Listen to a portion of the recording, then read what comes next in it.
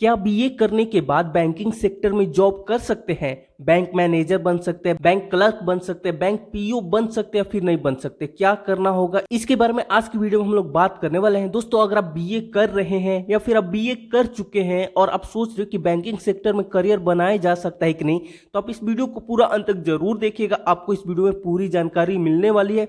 इस वीडियो को देखने के बाद आपके सारे डाउट्स दूर हो जाएंगे। तो हेलो दोस्तों, मेरा नाम है आयुष और आप देख रहे हैं आयुष रीना यूट्यूब चैनल। तो चलिए बिना टाइम वेस्ट किए वीडियो को शुरू करते हैं। बहुत सारे स्टूडेंट को ऐसा लगता है कि जिन्होंने कॉमर्स स्ट्रीम से पढ़ाई की है सिर्फ वही बैंकिंग सेक्टर में जा सकते हैं। तो क्या ये सही है या फिर गलत है? तो दोस्तों, ये बिल्कुल गलत है, ऐसा कुछ भी नहीं है। अगर आपने बीए भी किया है तब भी दोस्तों आप बैंकिंग सेक्टर में अपना करियर बना सकते हैं, बैंकिंग सेक्टर में जॉब कर सकते हैं। बैंकिंग सेक्टर में जॉब करने के लिए ऐसा कोई भी पर्टिकुलर स्ट्रीम की जरूरत नहीं होती है। आप किसी भी स्ट्रीम से, किसी भी सब्जेक्ट से पढ़ाई करके इस फील्ड में अपना करियर बना सकते हैं।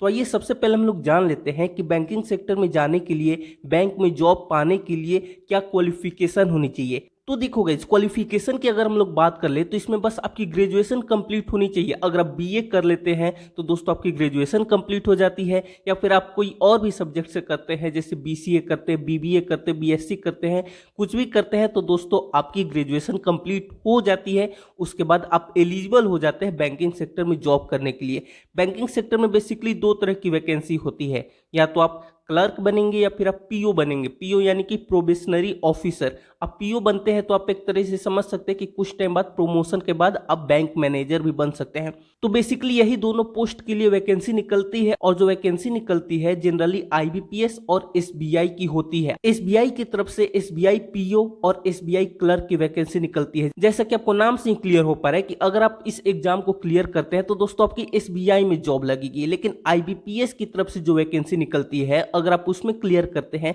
तो दोस्तों आप एसबीआई के अलावा और भी जितने गवर्नमेंट बैंक है, चाहे आप यूनियन बैंक ले लीजिए, या फिर आप कैनरा बैंक ले लीजिए, या फिर आप पीएनबी ले लीजिए, और जितने भी गवर्नमेंट बैंक है उसमें दोस्तों आपको आईबीपीएस के द्वारा आपका चयन होता है।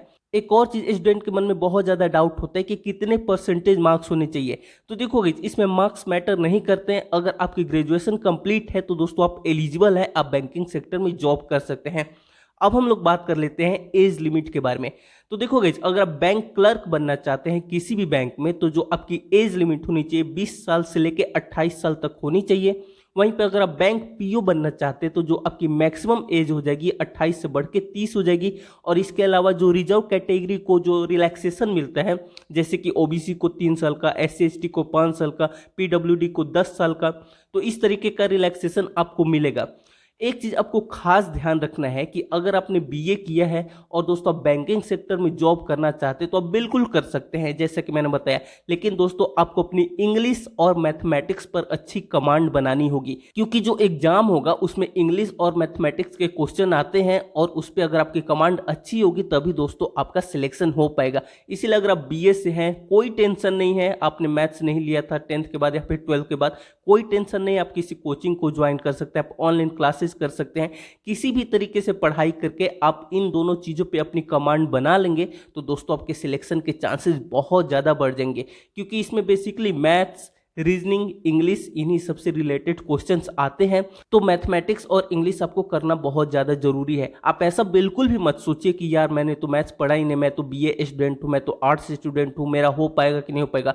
मेरे दोस्त, मैं आपको बताना चाहूँगा कि बहुत सारे ऐसे कैंडिडेट हैं जिन्होंने बीए से पढ़ाई की थी लेकिन वो आज बैंक में जॉब कर रहे हैं। तो आपको बिल्कुल भी निराश होने की ज़रूरत नहीं है।